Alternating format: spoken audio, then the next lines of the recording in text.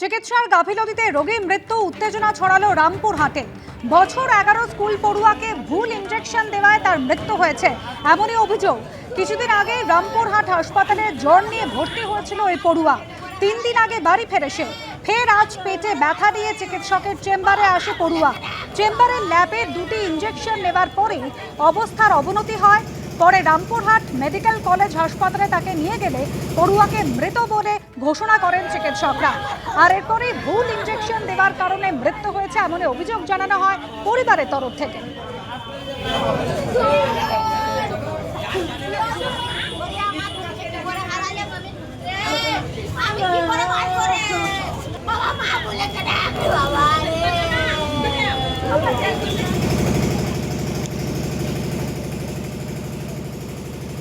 ভাস্কর মুখোপাধ্যায় আমাদের প্রতিনিধি রয়েছেন আমাদের সঙ্গে টেলিফোন লাইনে। ভাস্কর, কিভাবে মৃত্যু হলো বছর 11 ওই স্কুল পড়ুয়ার, কি অভিযোগ পরিবারের?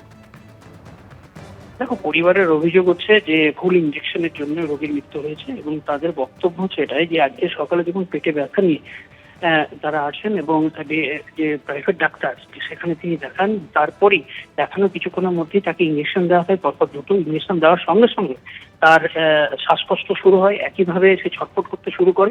তখন ডাক্তার দেখে বলে যে আপনারা মেডিকেল কলেজ নিয়ে যান, এবং রামপুরহাট মেডিকেল কলেজ নিয়ে গেলে সেখানে মৃত ঘোষণা করা হয়ে গেলে তারা দাবি করেছিল। এবং তাদের বক্তব্য হচ্ছে যে ভুল ইঞ্জেকশন দেওয়ার জন্যই ছেলে এই অবস্থা। এবং যেটা আমরা জানতে পারছি যে গত 1 সপ্তাহ আগে এই প্রিয়জিৎ সে ভর্তি হয়েছিল এখানে মেডিকেল কলেজে এবং তার তখন জ্বর ছিল। গত 3 দিন আগে সে ছাড়া পেয়েছে সেখান থেকে, এবং ছাড়া পাওয়ার পর সে বাড়ি গেছিল। কিন্তু বাড়িতে গিয়েই গতকাল থেকে তার পেটে ব্যথা শুরু হয় এবং আজ সকালে তার বাবা তাকে নিয়ে আসে ডাক্তার দেখানোর জন্য। তখন সে মেডিকেল কলেজ যায়নি, প্রাইভেটই ডাক্তার দেখাতে নিয়ে আসে এবং সেখানেই এই পরিস্থিতি তৈরি হয় বলে তাদের অভিযোগ। এবং এরপরে ওই মৃতদেহ নিয়ে এসে ডাক্তারের চেম্বারের সামনে দীর্ঘক্ষণ তারা বিক্ষোভ দেখায় এবং তাদের বক্তব্য ছিল যে ডাক্তারকে গ্রেপ্তার করতে হবে। রামপুরহাট থানার পুলিশ আসে, পুলিশ এসে পরিস্থিতি নিয়ন্ত্রণে আনে। এই মুহূর্তে মৃতদেহ উদ্ধার করে ময়না তদন্তের জন্য পাঠানো হয়েছে।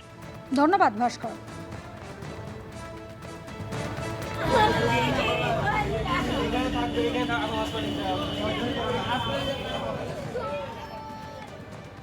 এদিকে রক্ত প্লাজমা পাচার কাণ্ডে ফের তৎপর হয়েছে স্বাস্থ্য দপ্তর। আজকে অভিযান চালালো স্বাস্থ্য দপ্তর। তারা এন্টেলির বেসরকারি ব্লাড ব্যাংকে পৌঁছে গেল।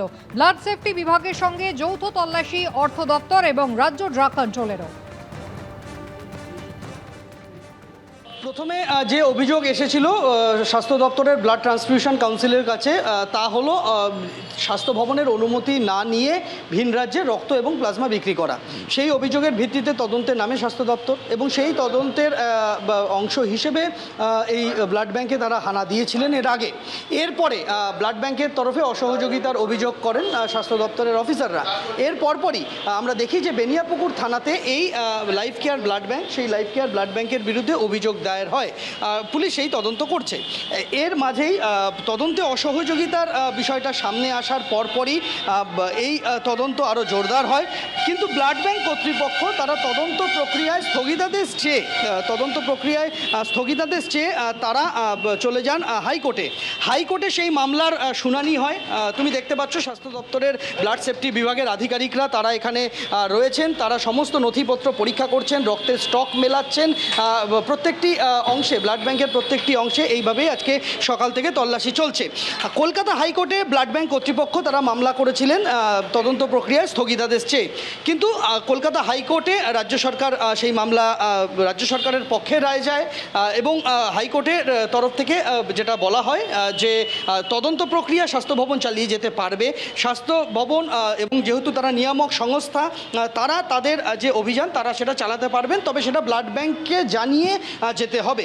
তো সেই মোতাবেক আজকে সকালবেলা স্বাস্থ্য দপ্তরের একটা যৌথ টিম তারা গঠন করেন। সেই টিমে স্বাস্থ্য দপ্তরের ব্লাড সেফটি বিভাগের আধিকারিকদের রাখা হয়। এর পাশাপাশি স্বাস্থ্য দপ্তরের যে রাজ্য ড্রাগ কন্ট্রোল বিভাগ, সেই রাজ্য ড্রাগ কন্ট্রোল বিভাগের আধিকারিকরা তারাও সেই টিমে আসেন এবং রাজ্য সরকারের অর্থ দপ্তরের অফিসারদেরও রাখা হয়। কেননা অভিযোগ উঠেছিল যে স্বাস্থ্য ভবনের অনুমতি ছাড়া ভিন রাজ্যে রক্ত প্লাজমা বিক্রি করা। সেই কারণে অর্থ দপ্তরের দপ্তরের আধিকারিকদেরও সেই টিমে রাখা হয়েছে। এই যৌথ তল্লাশি অভিযান চলছে, 12:30 নাগাদ তারা এসেছেন, এখন ঘড়ির কাঁটায় প্রায় 2টো বাজতে চললো। এখনও পর্যন্ত তাদের এই তল্লাশি অভিযান জারি রয়েছে। ব্লাড ব্যাংকের স্টক কি আছে, সাম্প্রতিক কত রক্তদান শিবির থেকে তারা রক্ত সংগ্রহ করেছেন, সেই রক্ত কোথায় কোথায় গিয়েছে, কাকে দেওয়া হয়েছে, কাউন্টার সেল কত হয়েছে, কত ভিন রাজ্যে অন্য ব্লাড ব্যাংকে দেওয়া হয়েছে, প্লাজমা কত লিটার বিক্রি করা হয়েছে বিভিন্ন ওষুধ সংস্থাকে অন্য রাজ্যের, তার প্রয়োজনীয় নথিপত্র অনুমতিপত্র স্বাস্থ্য ভবনকে তারা পাঠিয়েছিলেন কিনা, কোনো ইন্টিমেশন করেছিলেন কিনা দিল্লির জাতীয় যে ব্লাড ট্রান্সফিউশন কাউন্সিল তাদেরকে, এই সমস্ত নথিপত্র স্টক এগুলো পরীক্ষা করে দেখার কাজ চলছে। তল্লাশি অভিযান জারি রয়েছে এবং এই তল্লাশি অভিযানের থেকে প্রাপ্ত তথ্যের ভিত্তিতে স্বাস্থ্য ভবনের তরফে সেই তথ্য জানানো হবে হাইকোর্টকে, কলকাতা হাইকোর্টকে মামলার পরবর্তী অংশে। পুলিশের উপস্থিতিতে, বেনিয়াপুকুর থানার উপস্থিতিতে এই তল্লাশি অভিযান জারি রয়েছে এখন। এবিপি আনন্দ, এগিয়ে থাকে, এগিয়ে রাখে।